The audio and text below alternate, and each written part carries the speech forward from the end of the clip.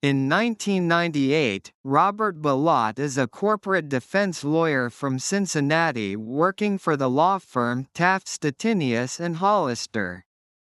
Farmer Wilbur Tennant, who knows Bilott's grandmother, asks him to investigate the numerous deaths of dairy cattle at his farm in Parkersburg, West Virginia.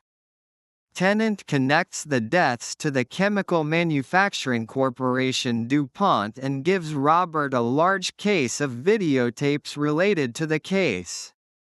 Robert visits the Tennants' farm, where he learns that 190 cows have died after exhibiting unusual medical conditions, such as bloated organs, blackened teeth, and tumors. DuPont attorney Phil Donnelly says he is not aware of Tennant's concerns, but will help in any way he can. Bilott files a small suit to gain information through legal discovery of the chemicals dumped at a nearby landfill. When he finds nothing useful in the EPA report, he realizes the chemicals might be unregulated. Bilott confronts Donnelly at an industry event, leading to an angry exchange. In response to his request to broaden discovery, DuPont sends hundreds of boxes.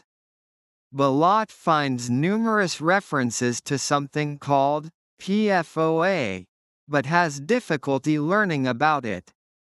He learns that PFOA is perfluorooctanoic acid, which DuPont uses to manufacture Teflon, a substance widely used in American homes for nonstick frying pans and carpet flooring.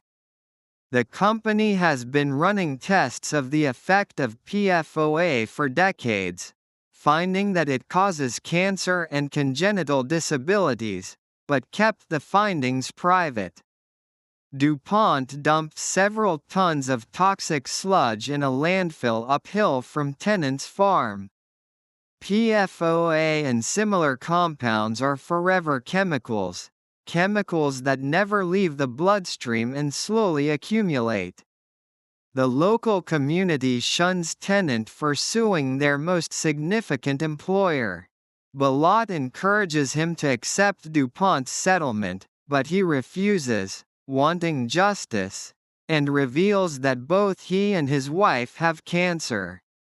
Bilott sends a summary and supporting documentation of the DuPont issues to the EPA and United States Department of Justice, among others. The EPA fines DuPont $16.5 million. Bilott is unsatisfied, as he realizes the residents of Parkersburg will continue to suffer the effects of the PFOA and more will likely die from disease. He seeks an agreement for DuPont to pay for medical monitoring for all residents of Parkersburg in one large class action lawsuit. However, DuPont sends a deceptive letter notifying residents of the presence of PFOA, thus starting the statute of limitations running, giving any further legal action only 12 months to begin. Since PFOA is unregulated, Robert's team argues that the corporation is liable, as the amount in contaminated waters was 6 times higher than the 1 part per billion deemed safe by DuPont's internal documents. In court, DuPont claims that the West Virginia Department of Environmental Protection has recently found that 150 parts per billion are safe, contradicting DuPont's scientific findings since the 1970s. The locals protest, and the story becomes national news. DuPont agrees to settle for benefits valued at over $300 million. It is agreed in mediation that the company will carry out medical monitoring only if it is proven that PFOA caused the ailments, and an independent science panel is set up. To gather data, Robert's team tells locals they can get their settlement money after they donate blood samples for testing. Nearly 70,000 people donate to the study. 7 years pass with no results from the science panel. Tennant dies, and Bilott suffers financially following several pay cuts, since the case is not providing revenue. His marriage and health are strained. Finally, the science panel contacts Bilott and tells him that they linked PFOA exposure to an increased incidence of 2 types of cancer and 4 other diseases in Parkersburg. His celebration is short-lived, however, as DuPont decides to withdraw from the mediated agreement.